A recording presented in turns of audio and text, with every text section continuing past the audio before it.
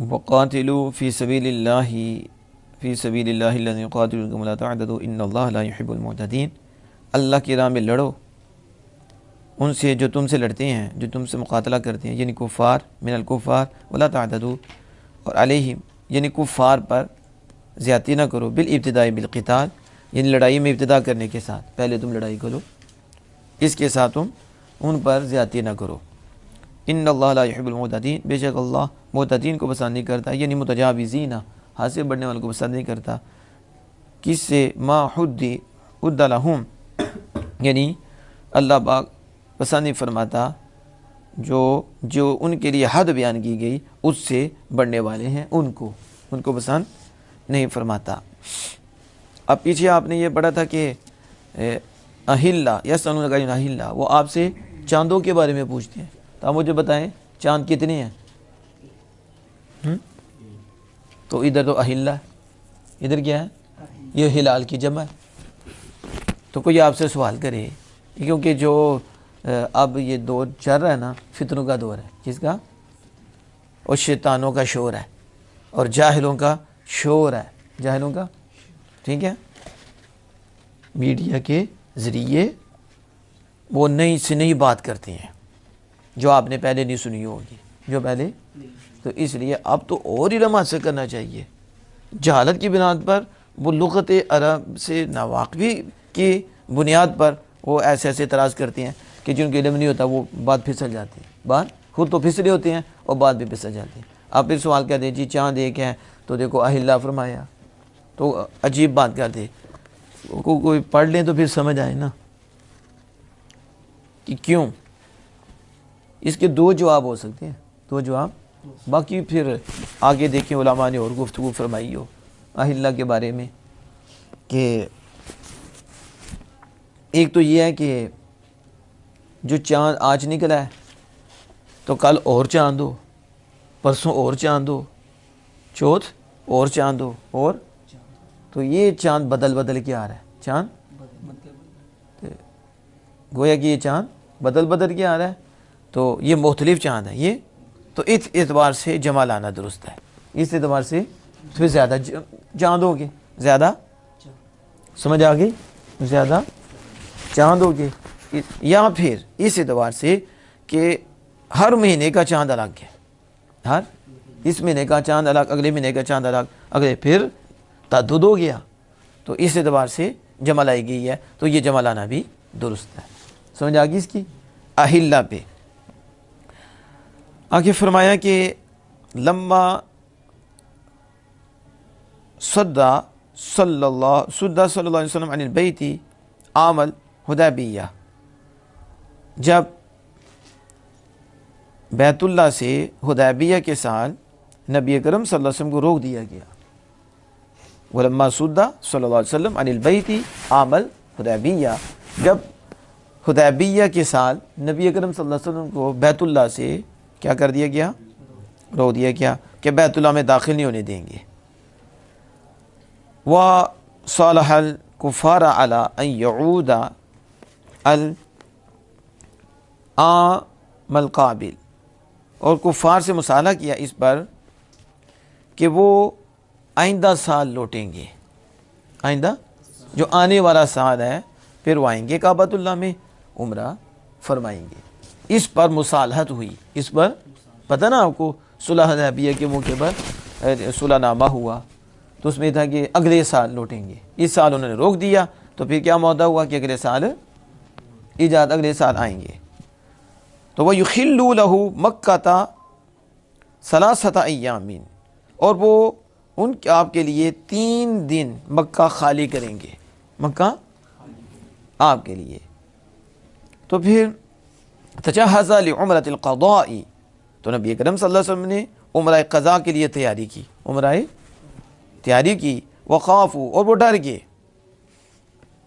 اللہ تفیہ قریش، کہ قریش وعدہ پورا نہ کریں، اس سے ڈر گئے صحابہ کہ قریش وعدہ پورا نہ کریں، یعنی وہ جو وعدہ کیا ہے کہ گھر میں داخل ہونے کا بیت اللہ میں، تو یہ اسے روک دیں، اس سے وَيُقَاتِلُوهُمْ، اور وہ ان سے لڑائی کریں، وہ ان سے مقاتلہ کریں، یہ جنگ کریں قریش، وَقَرِهَ الْمُسْلِمُونَ قِتَالَهُمْ فِي الْحَرَمِ، اور مسلمانوں کو حرم میں اور احرام کی حالت میں وَالشَّهْرِ الْحَرَامِ، اور شہر حرام میں قتل کرنا پسند نہیں ہے، قتل کرنا پسند نہیں ہے۔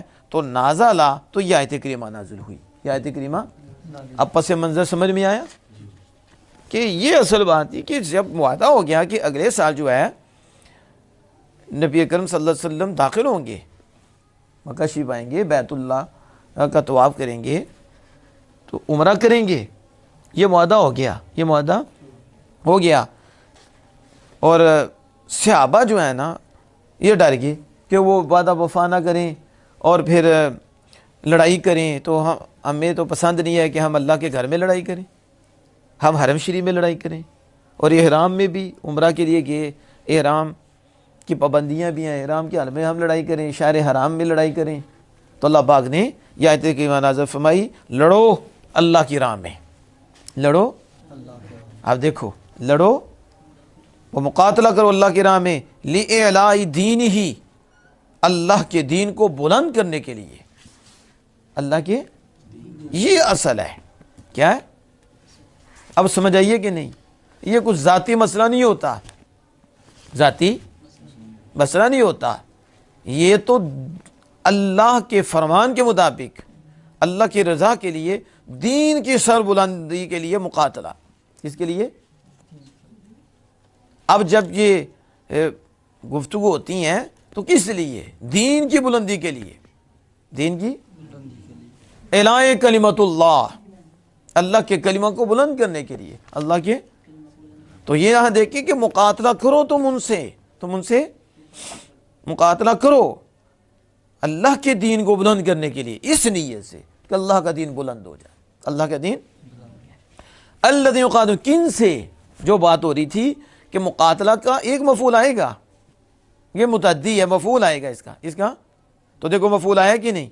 کن سے؟ الذین یقاتلونکم، ان سے جو تم سے مقاتلہ کریں، جو، یہ نہیں کہ تم پہل کر رہے ہو حرم شریف میں، حرم کو چھوٹا تو نہیں نا، اور تم احرام کی حالت میں تم پہل کر رہے ہو، تم پہل کرو گے اور تم ان سے مقاتلہ کرو گے، یا شہر حرم میں آپ جو حرمت والے مہینے ہیں، وہ حرمت والے مہینے میں تم ان سے مقاتلہ کرو، یہ نہیں وہ تم سے مقاتلہ کریں، اس حالت میں یا اس شہر میں وہ تم سے مقاتلہ کریں، تم سے لڑیں، تو پھر تم ان سے لڑو، تم ابتدا نہیں کرنی، یہ ہے اسلام، یہ کیا ہے؟ اسلام ہے کہ تم نے ابتدا نہیں کرنی، اس میں آغاز نہیں کرنا، آغاز یہ ہے زیادتی، یہ کیا ہے؟ ہاں وہ اگر آغاز کر دیں حرم میں اور اس حالت میں، جس حالت میں تم حرمت والا مہینہ ہے، اب وہ تم سے لڑتی ہیں، تو اللہ پاک فرماتا ہے اب لڑو، اب جو تم ناپسند کر رہے تھے کہ حرم ہے، حرمت والا مہینہ ہے، شہر حرم ہے، تو یہ تو بات ٹھیک ہے، لیکن تم نے تو آغاز نہیں کرنا، وہ اگر کرتے ہیں تو پھر اب میرا حکم، اب تم نے میرے حکم کو فالو کرنا ہے، اب اپنا یہ جو سوچ ہے، جو تمہاری کلیئر سوچ تھی، اب اس پر اس وقت میں میرے حکم کو فالو کر کے وہ عمل کرنا ہے، فالو کر کے۔ اب یہاں جو ہے نا عقیدت لے بیٹھتے ہیں، کون سی عقیدت ہے تمہاری؟ جو دین سے ٹکرائے وہ عقیدت چلے گی؟ ہر چیز دیکھنی پڑتی ہے، چپ کر میرے لی جا شاہ ایتھے جانیو بولندی، ایتھے جانی بول، اس کا یہ مطلب ہے کہ شریعت کے خلاف کرتے رہے، جو مرضی بولے، بولنا نہیں کی، ہے کوئی عجیب بات؟ وہ کون سی عقیدت ہے جو شریعت سے ہٹ کی ہو؟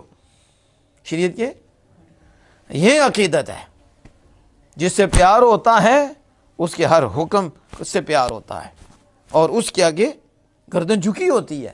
صحابہ کی کتنی کلیئر سوچ تھی، لیکن رب کا حکم کہ اب کرنا ہے، تو اب کوئی بندہ کہ نہیں یار میں تو ادب والا ہوں، میں تو ایسا نہیں کروں گا، گردن اتروا لے، دوسرے کی اتروا لے، تیسرے کی اتروا لے، کو رب کا حکم ہے، یہ ہے اب عقیدت، یہ کیا اب عقیدت ہے کہ اب رب کا حکم آ گیا ہے، بس اس نے مقاتلہ کیا، تم بھی مقاتلہ کر دو، تم بھی مقاتلہ کر دو۔ تو عقیدت اسے کہتے ہیں۔ ہر ایک کی سوچو کہ میں یہ نہیں کروں گا، لیکن جب رب کو حکم آ جائے تو اب یہی ہے، اب کیا ہے؟ یہی ہے. تو آپ صحابہ کی تو یہ سوچ تھی کہ ہم حرم میں نہ لڑیں، لیکن اللہ پاک میں لڑو اللہ کی راہ میں، اللہ کے دین کو بلند کرنے کے لیے ان سے جو تم سے لڑیں، جو یعنی کفار، من الکفار. یہاں شارح نے بتایا کہ الذین مبہم ہے کہ وہ کون ہے جو تم سے لڑیں. شارح کہتے ہیں من الکفار، یعنی کفار، وہ کفار جو تم سے لڑیں، پہل کریں تو پھر تم ان سے لڑو. ولا تعتدوا، اور حد سے نہ بڑھو، تم زیادتی نہ کرو. زیادتی کس سے؟ ان پر، کافروں پر زیادتی نہ کرو. وہ زیادتی کس کے ساتھ ہے؟ بالابتداء بالقتال، یعنی پہلے لڑائی کرنے کے ساتھ. پہلے یعنی پہل تم نے نہیں کرنی، پہل اگر وہ کرے پھر میرا حکم ہے کہ تم کرو. یہ ادب ہے. یہ جو تم کہہ رہے تم ناپسند کرتے ہو حرم میں، وہ ہے ابتداء بالقتال. یہ تمہاری طرف سے نہ ہو، اگر ان کی طرف سے ہو پھر میرا آرڈر ہے. اب اڑا دو ان کو، پھر ان ظالموں کو جنہیں حرم کا بھی نہیں اور یہ وعدہ کر کے روکے، پھر تم ان سے کیا کرو؟ قتال. ان اللہ لا یحب المعتدین، اور بے شک اللہ زیادتی کرنے والوں کو پسند نہیں کرتا. کیا شاعر کہتے ہیں المتجاوزین، معتدین تجاوز کرنے والوں کو، حد سے بڑھنے والوں کو. کس سے؟ ما حد لہم، جو ان کے لیے حد بیان کی گئی ہے، جو ان سے بڑھنے والوں کو اللہ پسند نہیں کرتا. جو حد ہے حد میں رہیں. کس میں رہیں؟ حد میں.